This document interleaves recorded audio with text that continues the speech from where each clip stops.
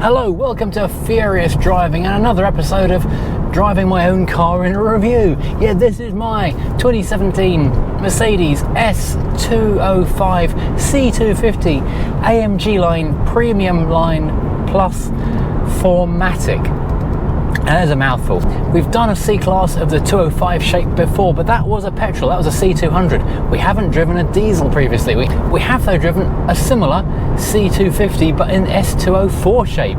So it'll be interesting to see how this compares with its previous generation.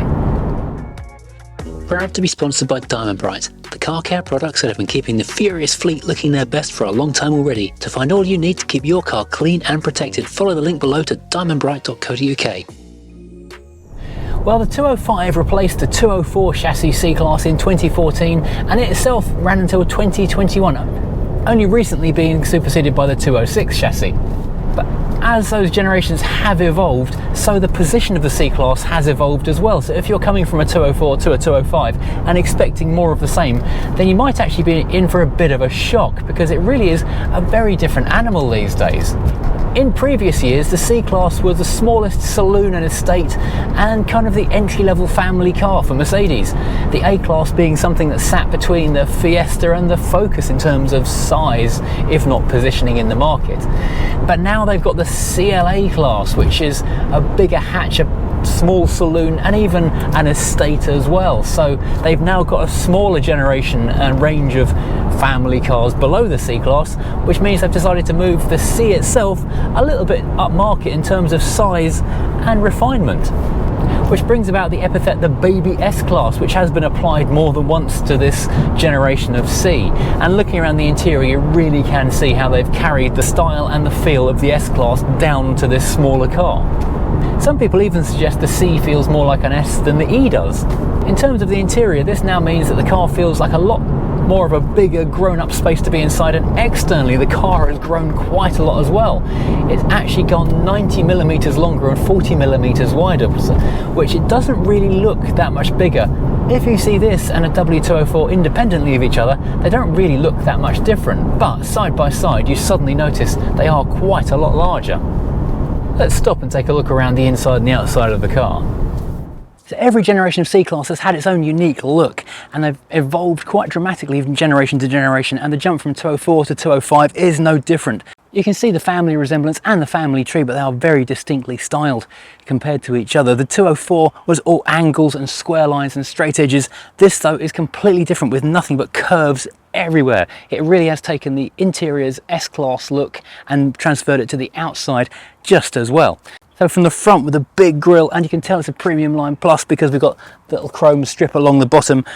No fog lights anymore. Everything is done by the LED adaptive clever lights. I'm not sure what you do if you've got the non-LED lights, because then you just don't have fog lights. These are very clever things. They reconfigure themselves. So if you're driving on the continent, you can switch to left-hand drive and right-hand drive. If you're going around a corner, they turn with the thing to give you going around the corner lighting. Lots of clever stuff, really. This car's got the 19-inch wheels. This one has been fitted with winter tyres, so it's a slightly softer ride than you would otherwise get. And moving down the flanks of the car, the way the car curved in and out, the swage lines have also evolved into quite a curvaceous thing. So there's a big scalloped area here that moves into a flowing line down the length of the car. Like on the rest of the Mercedes range at the moment, we have the dual chrome and body coloured door handles, which when you touch the thing will lock and unlock the door for you just by a simple touch. And the windows are outlined in this stainless steel strip, which interestingly brings the line of the window down very much earlier than the actual C-post, making it look far more coupe-ish than it actually physically is. Now coming around the back of the car, you notice we've got the metal roof rails, handy for carrying stuff and being extra practical in an estate car. It certainly looks a lot better with the privacy glass, which I believe is factory in this car, and the little spoiler just adds a nice little bit of touch of sportiness to the appearance of the thing. Following on from the previous generation, we've got this chrome strip, which is a little bit wider and sleeker than previously before. You can open the boot either by tucking your hand under there or doing a funny little kick under there, which sometimes works. There we go.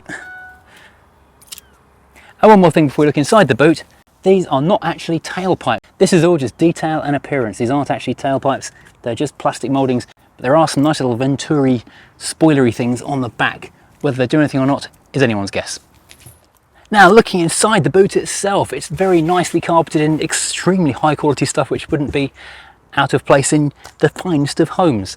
It has got a lift up area in the floor, which conceals not a spare wheel, but just a big empty hole where you can store bits and pieces. It does come with a handy little packing crate thing, so you can fold it up or unfold it and put it in there to stop bits and bobs rattling around, which is a nice little accessory to include. Doesn't include a spare wheel, which would have been far nicer. I have inquired at Mercedes-Benz themselves, and they said because of the size of the calipers on these cars, you can't have a spare wheel, which is quite disappointing.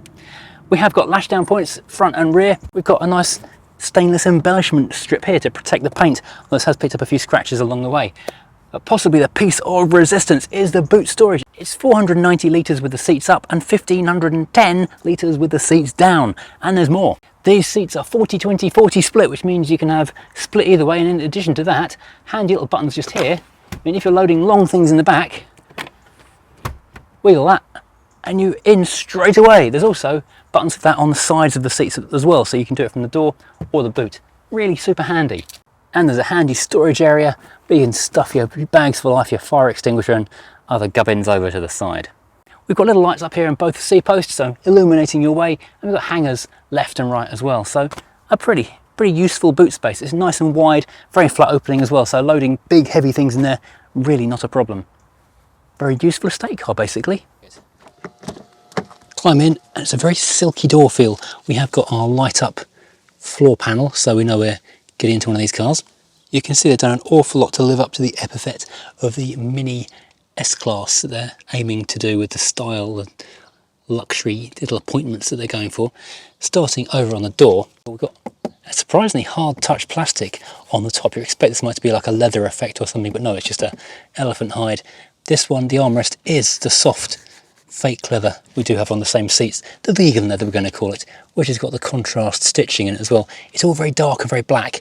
We have, however, got the black wood effect as opposed to the piano black on this car. This is an option and definitely worth taking, because the piano black does look a little bit cheap when it gets dirty and scratched and dusty, which happens very fast indeed. This car also has the Burmester sound, another upgrade, again definitely worth taking, because the standard sound system is okay, but it's not as good as it could be, and this is incredibly good.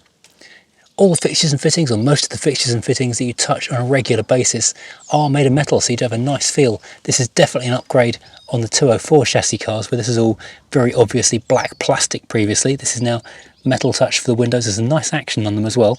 Metal buttons for the electric mirrors, folding as well as manoeuvring. And we've got memory seats, 3 memories, multiple functions, including the little roll-out thing at the front. I always forget the name of that part. And a headrest, which can be raised and lowered all electrically from the door. The only thing that's not metal are these slightly less obvious door locking buttons down here, hidden inside this little cutaway scallop for the door handle, again made of metal. Final button in the door is the tailgate release, again metal, and a big improvement over the previous car. We've got a big door pocket, but this is now rubber lined at the bottom, so things can spill and not make a mess, and it's all removable and washable, and they won't rattle around. And we've got a cup holder in both front doors, so a bottle holder, so you can store your drinks and so forth in there. The seats, leather is an upgrade option.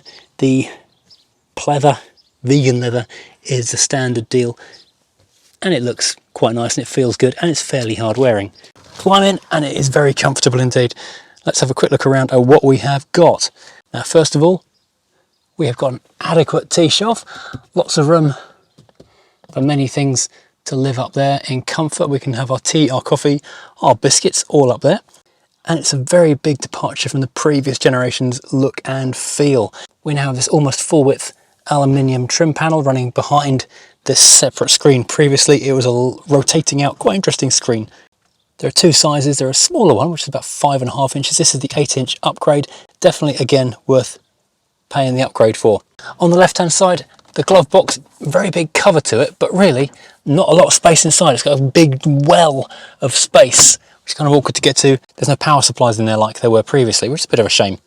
Coming into the centre section, it's completely changed. It does have, again, that big S-Class feel, that more modern, more high class kind of thing that they're going for. Got the triple metal vents, which are cold metallic feeling things, and they look very, very nice. Again, the wood effect. The dark grain reminds me of Jaguar and the untreated finish reminds me of a Volvo. Whichever way you cut it, it looks very nice indeed, and it's definitely better than the piano black. Below that we've got a bank of buttons, which is a great thing. It's not actually a touch screen up there. It is all done through the buttons and through the dial and this little touchpad thingy here as well. This is all good because basic controls like ventilation are always available to you. I applaud them for doing this. Underneath that we've got our radio and nav and just menu stuff, so navigation, radio, media. It has got a 10 gigabyte media storage device which can have music and videos on there. The videos will only play audio when you're on the move. Phone functionality, getting into the car settings, and your hazard lights, a tiny little button down here. Rather nice on this particular version. We've got the little analog clock just here, and I really like the font on this. It's a slightly 1920s 30s art deco-y Germanic looking font, which is very appealing indeed. Ignore the phone cradle, that doesn't come with the car. Then here on the automatic versions you have a gently reclining access to 2 cup holders, very deep, very stable, a large cubby area, not quite big enough to put a phone in, and a 12 volt fag lighter type socket. Very useful. If this was the manual, this is where your gear shift would be, and it absolutely changes the car's character completely, I would say for the better. And then behind that we've got a couple of interesting things. First of all, the volume control for the radio. It is a little rotating drum down here, which is interesting and not always easy to find. That's the on-off switch for the audio. This is your entry and access for everything up on the screen. Rotate and push, and it also goes up and down like a joystick. You can also repeat a lot of those functions on this pad just here, and you can even write addresses in there, although I've not yet got the hang of that after 2,000 miles. I can't write a T just yet. There must be a special way of doing that. Now over here on the left hand side is the first significant driving control we've come across. This is our dynamic mode control. This goes from eco to comfort to sport, sport plus and individual, and this changes the way that the car handles almost everything. And I found I've been using this surprisingly frequently. Finally, parking distance controls and our auto stop start controls. Behind that we have got a large storage area. It's absolutely vast. It has got mostly napkins and wipes and that kind of stuff in here because it's a working car. There's elastic bands on the side so you can strap things in and stop them rattling. It has got 2 USB-A's so you can charge things. You can also plug a mobile phone or a music player into that, and it's got an SD card slot so you can insert music and media to the car. Moving back to the dashboard, rather appealingly from my point of view, we have got analog dials for the speed and the rev counter, redlining 5,000 RPM, speed listed at 160. Apparently this thing will do close on to 150 miles an hour, which I find astonishing.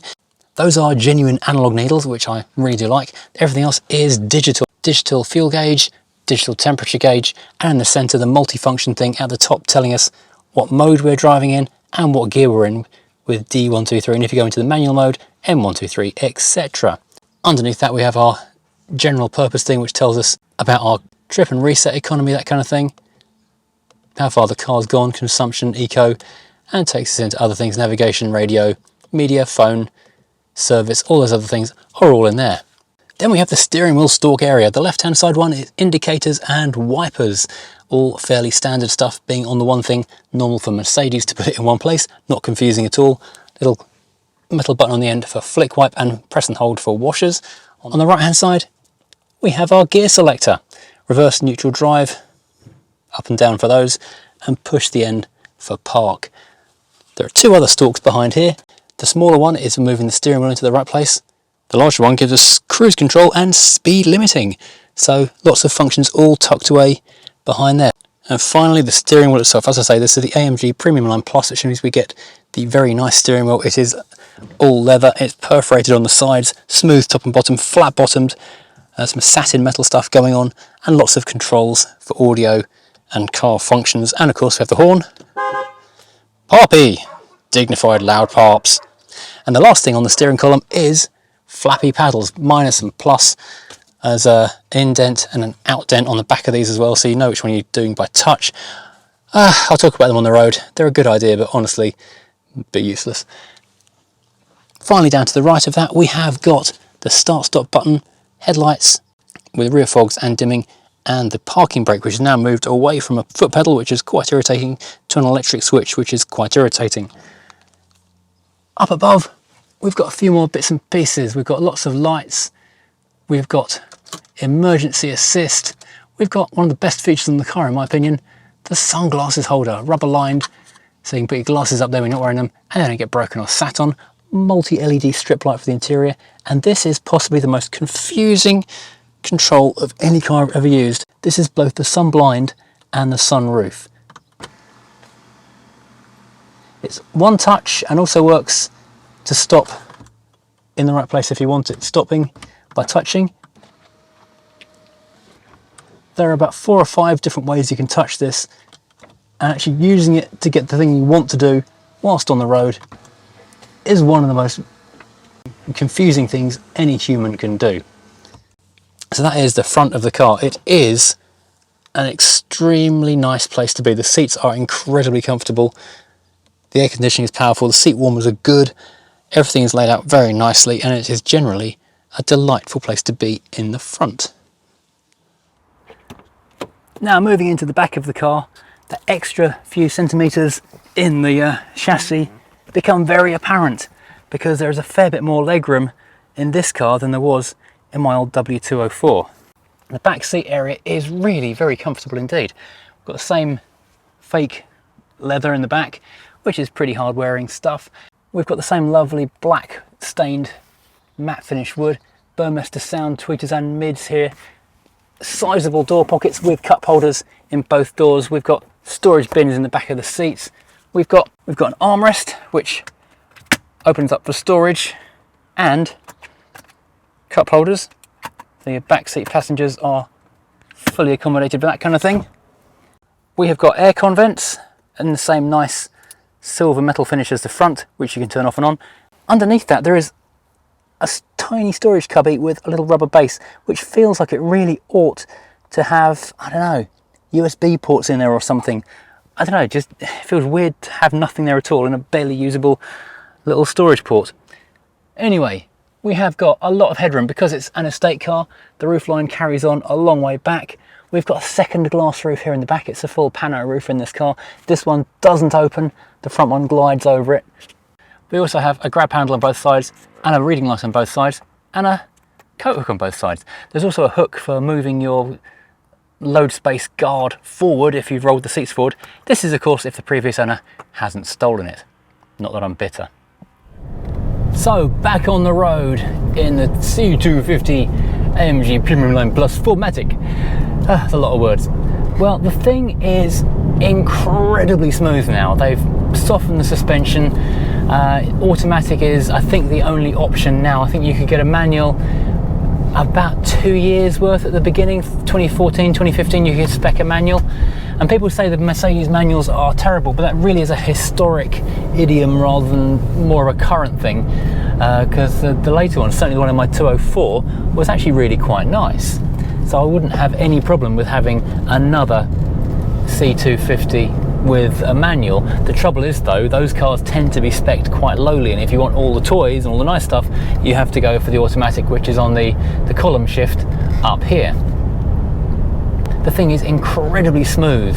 The suspension is a lot softer than previously, and the noise damping seems a bit better as well, so it's a far more quiet, comfortable and civilized ride, if you like. But the downside of that, it is a lot less interesting and exciting. It doesn't feel like it wants to throw around a corner like it used to. It's actually 100 kilograms lighter than the outgoing model because of the extensive use of aluminium in the substructures. So yeah, in theory it should be more nimble and it should be better on fuel, but in practice it actually feels like a heavier car, and I'm getting worse fuel economy than from the same engine as before. Under the car, the suspension is very clever indeed. It's a 4-link setup on the front suspension and a 5-link multi-link suspension on the rear, so in theory it should have astonishingly good road holding. In practice it's just very smooth. It just doesn't really want to kick through a bend and play with you. This does share the 2.1 litre 4-cylinder turbo, which is now a twin turbo with AdBlue on it. Performance though is remarkable. 0 to 60 on the 250 4MATIC is 6.5 seconds and top speed's 152 miles an hour. I haven't tried that top end yet. I would like to. But when you're out in the car, the main thing that strikes you is the seats are incredibly comfortable. They're very soft, and this fake leather feels very nice on you. You've got the multi-way electric memory seats, even electric headrests, which is nice, so you can find your way to exactly the right sitting position. The steering wheel is electrically movable up, down, in and out, which is all good. And in terms of driving, we've got our dynamic modes, which means that although the suspension doesn't change in any of them, you can change a lot of the other characteristics of the car, from driving in Eco through to Comfort up to Sport and Sport Plus. Although what I've started driving in recently is an individual mode I've set up, which means it's in Eco mode for the engine and transmission, so it tries to save a little bit of fuel, Comfort mode for the air conditioning, because in Eco mode it cuts the aircon when you're idling, and Sport mode for the steering, because the Comfort steering is just a little bit too soft and vague. With the big 8-inch screen, which you definitely do want as an upgrade over the standard smaller one, it's very much a continuation of the previous generation of Mercedes interface, so if you're familiar with that, it will all make sense. This car does now have a media register, so as well as Bluetooth control of your phone, you can access CD, there is a CD slot just there as well, a memory card, you can put an SD card down in there, and you can physically connect to 2 devices and Bluetooth connect to something else. So lots going on. You can go through the menu, or you can go through the buttons on the dashboard, which is great. This is not a touch screen, which is kind of odd, but I do quite like that, because touch screens just wind up covered in sweat and burger grease and sun cream and don't look very smart for very long. Now, the only drawback I've found with this system, as opposed to other manufacturers' setups, is that you can't have a split screen. If you're on navigation, you can't change the radio station. If you're on radio station, you can't alter the navigation. You can use the steering wheel controls to have this as your radio control setup, so there is a workaround, but it would be nice if you could have 2 separate functions on that big screen. It seems like a lot of real estate that doesn't necessarily need to all be green fields. You could have the nav there and the radio there, or media player, whatever you're playing. The only option is a 9-speed G-matic, whatever it's called, automatic gearbox, which is very, very smooth, and it does change very quickly. Certainly when you buy one of these cars used, it's a massive advantage if you reset it. There is a process to do that, I'll link in the video, and that means it becomes your car, because it is a learning gearbox which figures out how you like to drive. And when I first got this car, it was basically trying to kill me. I've now got it in sport mode, and it's quite quick shifting, but in Comfort and Eco, trying to leave a T-junction, it's actually used to be a little bit dangerous. It would pause so long between pushing the accelerator and the car actually going anywhere. Let's move it into Eco and just do a quick demonstration of that very thing. So we're at the junction, we're going to go, floor it, finally it moves. Once it's on the move, it does accelerate very rapidly. Better in sport than in Eco, obviously, but it's that initial delay which really bugs me with automatics in general, and this is no better than the rest. As automatics go, it is pretty good. It does have the flappy paddle thing, so you can do the manual override gubbins if you want to. It's got gliding mode, so if you're in Eco and you lift your foot off, it goes into the green D, which means it's disconnected the engine from the transmission, and so you're just coasting along, which is great for saving fuel. So I have found the car is way more responsive to pulling away in sport mode than in Eco or Comfort, massively more than in Eco. And so I'm flicking up and down this dial all the time. So I'm cruising in Eco, then having to change modes every time I pull up to a junction or want to overtake something, which is a bit rubbish, really.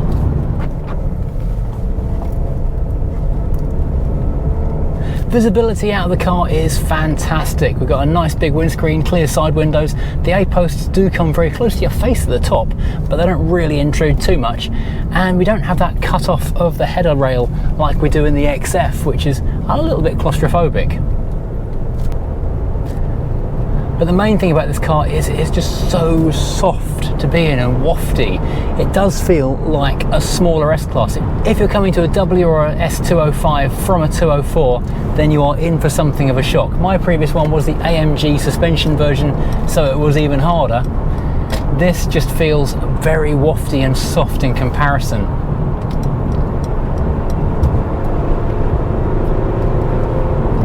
So you see the gearbox does kick down quite happily.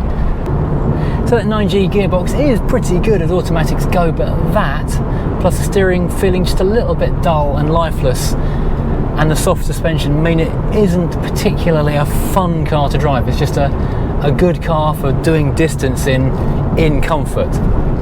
And let's be honest, the interior of this car is absolutely beautiful. There are very few nicer interiors, sub £100,000, that I've seen that I would prefer to be sitting in, certainly with the wood rather than the cheaper looking plastic. Now this car is the 4MATIC, and that means it's got four-wheel drive, or all-wheel drive if you want to be pedantic about it, which I'm sure many people will. Is not a massively common option here in the UK, certainly not for the saloons and estates. However, it does have advantages if you're planning on driving into places which are slippery, snowy, wintry, and we do get pretty bad winters in the village where I live. It does mean you've got the advantage of getting out. However, it does add weight to the car, and that's not going to help your fuel economy. Now, incidentally, if you're curious, overall, since I've had this car, I have done 40.9 mpg over the 2,200 miles I've done in this car so far. The peak that I've had so far was 49 mpg when I zeroed it yesterday and drove everywhere in eco quite slowly. Although it does claim to have something like 400 or 500 miles range at capacity, I haven't really been seeing anything like that. So as far as a place to be is concerned, it is unbeatable. It's just as far as being a car I want to drive and take out for fun, that's less of a thing. But it is a lovely place to be nonetheless. Anyway, thank you for watching. I hope you've enjoyed this ride out in the S205 C250 AMG Premium Line Plus 4MATIC. And if you've enjoyed, please do like and subscribe as always, and join me again next time driving something completely different.